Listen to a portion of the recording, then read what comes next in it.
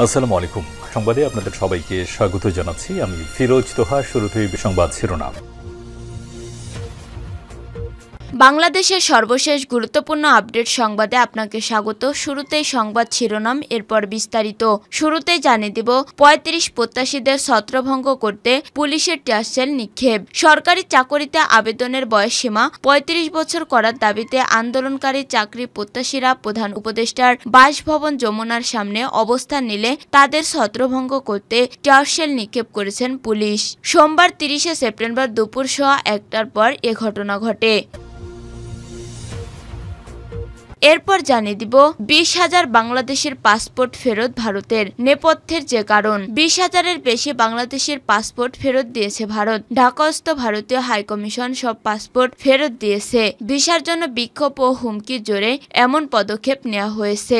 সোমবার ৩০ সেপ্টেম্বর ভারতীয় সংবাদ মাধ্যম টাইমস অফ ইন্ডিয়ার এক প্রতিবেদনে এই তথ্য জানানো হয়েছে। এদিকে যুবককে হত্যার পর কাটা হাত নিয়ে হেঁটে যাওয়া সেই যুবক গ্রেপ্তার। কুমিল্লার দাউদকান্দিতে দিন দুপুরে মহিউদ্দিন নামের এক যুবককে কুপিয়ে হত্যার পর ডান হাত কেটে এক হাতে চাপাতি আরেক হাতে কাটা হাত নিয়ে হেঁটে চলা সেই যুবককে গ্রেপ্তার করেছে পুলিশ। এ সময় তার সহযোগীকেও গ্রেপ্তার করা হয়েছে। সোমবার ৩০ সেপ্টেম্বর সকালে দাউদকান্দি থানার পুলিশ পরিদর্শক শহীদুল্লাহ প্রধান বিষয়টি নিশ্চিত করেছেন।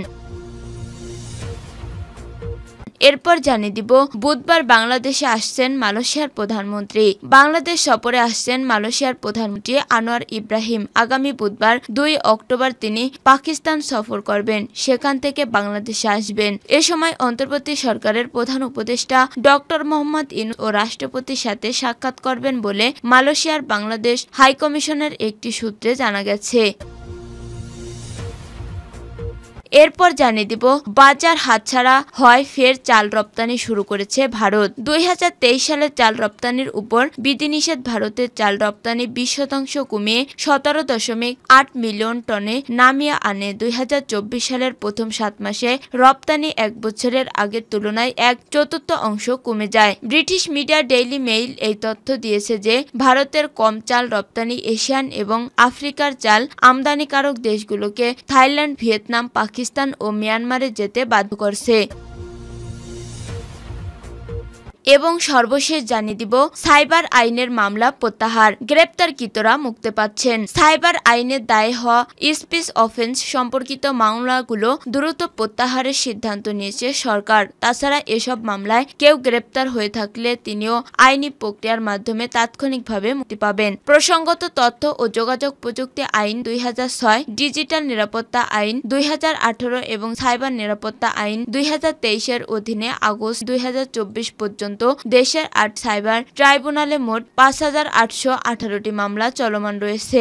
ওই মামলাগুলোর মধ্যে ডিজিটাল মাধ্যমে মত প্রকাশের কারণে দায়ের হওয়া মামলাগুলোকে স্পিচ অফেন্স এবং কম্পিউটার হ্যাকিং বা অন্য কোনো ডিজিটাল ডিভাইসের মাধ্যমে জালিয়াতিকে কম্পিউটার হিসেবে চিহ্নিত করা হয়েছে। বর্তমানে স্পিচ অফেন্স সম্পর্কিত মোট ১৩৪০টি মামলা চলমান রয়েছে, যার মধ্যে ৪৬১টি মামলা তদন্তকারী সংশ্লিষ্ট নিকট তদন্তাধীন এবং ৮৭৯টি মামলা দেশের ৮টি সাইবার ট্রাইব্যুনালে বিচারাধীন রয়েছে। প্রিয় দর্শক, এতক্ষণ শুনছিলেন সংবাদ শিরোনাম, এরপর বিস্তারিত।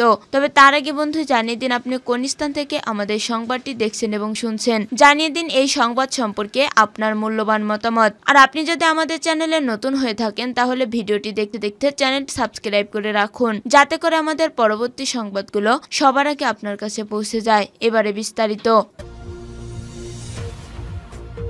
৩৫ প্রত্যাশীদের ছত্রভঙ্গ করতে পুলিশের টিয়ারশেল নিক্ষেপ। সরকারি চাকরিতে আবেদনের বয়সসীমা ৩৫ বছর করার দাবিতে আন্দোলনকারী চাকরি প্রত্যাশীরা প্রধান উপদেষ্টার বাসভবন যমুনার সামনে অবস্থান নিলে তাদের ছত্রভঙ্গ করতে টিয়ারশেল নিক্ষেপ করেছে পুলিশ।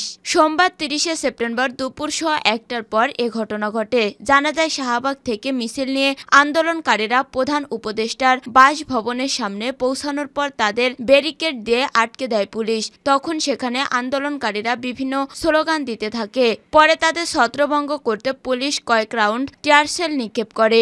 এ বিষয়ে ডিএমপি থেকে গণমাধ্যমে জানানো হয়, প্রধান উপদেষ্টার বাসভবনের সামনে সভা সমাবেশ করার বিষয়ে আগেই নিষেধাজ্ঞা ছিল, কিন্তু আন্দোলনকারীরা পুলিশের নিষেধাজ্ঞা অমান্য করে প্রধান উপদেষ্টার বাসার সামনে যায়। তাদের বিষয়ে আমরা ব্যবস্থা নিচ্ছি এবং সেখানে তাদের আমরা থাকতে দেব না। পরিস্থিতি বিবেচনায় আমরা পদক্ষেপ গ্রহণ করছি, তবে প্রধান উপদেষ্টার বাসভবনের সামনে খুব বেশি বল প্রয়োগ করাও ঝামেলা। এখন অল্প কিছু লোক এখানে আছে।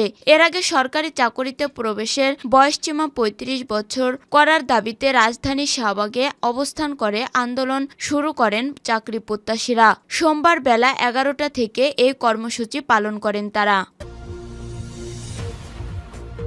২০,০০০ বাংলাদেশের পাসপোর্ট ফেরত ভারতের নৌপথ্যে, যে কারণে ২০,০০০-এর বেশি বাংলাদেশের পাসপোর্ট ফেরত দিয়েছে ভারত। ঢাকা ভারতীয় হাইকমিশন এসব পাসপোর্ট ফেরত দিয়েছে। ভিসার জন্য বিক্ষোভ ও হুমকির জেরে এমন পদক্ষেপ নেওয়া হয়েছে। সোমবার ৩০শে সেপ্টেম্বর ভারতীয় সংবাদ মাধ্যম টাইমস অফ ইন্ডিয়ার এক প্রতিবেদনে এই তথ্য জানানো হয়েছে।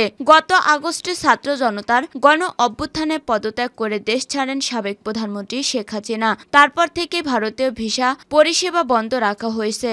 অনির্দিষ্টকালের জন্য বাংলাদেশি নাগরিকদের জন্য ভিসা পরিষেবা বন্ধ থাকায় আবেদনকারীরা কার্যত অচল অবস্থার মধ্যে পড়েছেন। ভারতের পররাষ্ট্র মন্ত্রণালয় জানিয়েছে, আপৎকালীন এবং চিকিৎসার প্রয়োজন ছাড়া বাংলাদেশিদের আপাতত ভিসা দেওয়া হচ্ছে না। মন্ত্রণালয়ের মুখপাত্র রণধীর জয়সওয়াল বলেন, আপাতত বাংলাদেশিদের চিকিৎসা এবং জরুরি প্রয়োজনে ভিসা দেওয়া হচ্ছে। বাংলাদেশের পরিস্থিতি যখন স্বাভাবিক হবে তখন পূর্ণমাত্রার কাজ শুরু হবে এবং ভিসা প্রদানও স্বাভাবিক হবে। টাইমস অফ ইন্ডিয়ার প্রতিবেদনে বলা হয়েছে, বর্তমানে সীমিত পরিসরে জরুরি আবেদনগুলো প্রক্রিয়াকরণ করা হচ্ছে। এছাড়া কিছু ব্যতিক্রম কিছু আবেদনও প্রক্রিয়াকরণ হচ্ছে।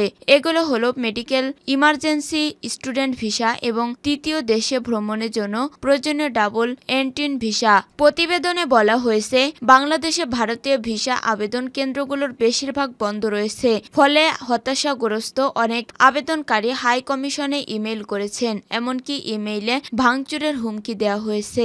ভারতীয় এ সংবাদ মাধ্যম জানিয়েছে, বাংলাদেশে কূটনৈতিক মিশনের ঘাটতি থাকায় অন্যান্য দেশের বিশেষত ইউরোপের ভিসা পেতে বাংলাদেশিদের প্রায় ভারতের উপর নির্ভর করতে হয়। এছাড়া দুর্গাপূজা ঘনিয়ে আসায় ভিসার আবেদন উল্লেখযোগ্য হারে বেড়েছে। প্রতিবেদনে বলা হয়েছে, দুই দেশের মধ্যকার ক্রমবর্ধমান উত্তেজনার ফলে দূতাবাস সতর্ক অবস্থান রয়েছে।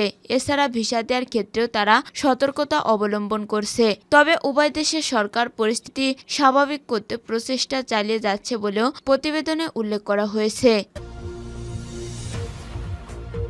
যুবককে হত্যার পর কাটা হাত নিয়ে হেঁটে যাওয়া সেই যুবক গ্রেপ্তার। কুমিল্লার দাউদকান্দিতে দিন দুপুরে মঈনুদ্দিন নামের এক যুবককে কুপিয়ে হত্যার পর ডান হাত কেটে এক হাতে চাপাতি আরেক হাতে কাটা হাত নিয়ে হেঁটে চলা সেই যুবককে গ্রেপ্তার করেছে পুলিশ। এ সময় তার সহযোগীকেও গ্রেপ্তার করা হয়েছে।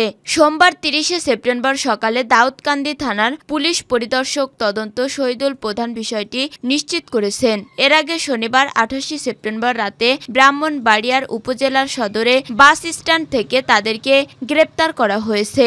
গ্রেপ্তার দুজন হলেন প্রধান আসামি আনিস ২৪, চান্দিনার শাকিলা এলাকার দুলাল মিয়ার ছেলে। তিনি দাউদকান্দির পৌরপুর এলাকার নানা বাড়িতে থাকতেন। অপরজন শাকিল মিয়া ২৪, গৌরপুর এলাকার মতি মিয়ার ছেলে। পুলিশ পরিদর্শক তদন্ত শহীদুল্লাহ বলেন, গত ৭ই সেপ্টেম্বর হত্যাকাণ্ডের পর গা ঢাকা দেন ঘাতক আনিস, শাকিল সহ অন্যরা। তথ্য প্রযুক্তির সহায়তায় শনিবার রাতে আনিস ও শাকিলের অবস্থান শনাক্ত করা হলেও ওই দিন রাতে ব্রাহ্মণবাড়িয়া সদর উপজেলার বাস স্ট্যান্ড এলাকায় অভিযান চালিয়ে তাদেরকে গ্রেপ্তার করা হয়েছে। তিনি বলেন, জিজ্ঞাসাবাদে ঘাতক আনিস ও শাকিল জানান, মাদকের টাকা নিয়ে মহিউদ্দিনের সঙ্গে তাদের দ্বন্দ্ব চলছিল। সেই দ্বন্দ্বের জেরেই তাকে হত্যা করা হয়। এই কিলিং মেশিনে অংশ নেয় আরো কয়েকজন। পুলিশ পরিদর্শক আরো বলেন, গ্রেপ্তারের পর রোববার বিকালে আনিস ও শাকিলকে আদালতে তোলা হলে হত্যার দায় স্বীকার করে বলে 164 ধারায় জবানবন্দি দিয়েছে। এ ঘটনায় জড়িত বাকিদের গ্রেপ্তার অভিযান অব্যাহত আছে। গত 7 সেপ্টেম্বর বেলা 11:30টার দিকে কুমিল্লার দাউদকান্দি ওলানাপাড়া এলাকার পূর্ব শত্রুতার জেরে মঈনুদ্দিন নামের এক যুবককে হত্যা করে দুর্বৃত্তরা। হত্যার পর কেটে নেওয়া মঈনুদ্দিনের বিচ্ছিন্ন হাতের অংশ নিয়ে হেঁটে যায় এক যুবকের 11 সেকেন্ডের একটি ভিডিও সামাজিক যোগাযোগ মাধ্যমে ছড়িয়ে পড়েছে। ভিডিওতে দেখা গেছে এক হাতে চাপাতি আরেক হাতে মঈনুদ্দিনের কাটা হাতের অংশ ঘোরাতে ঘোরাতে সেই যুবক হেঁটে যাচ্ছে। বুধবার বাংলাদেশে আসছেন মালয়েশিয়ার প্রধানমন্ত্রী।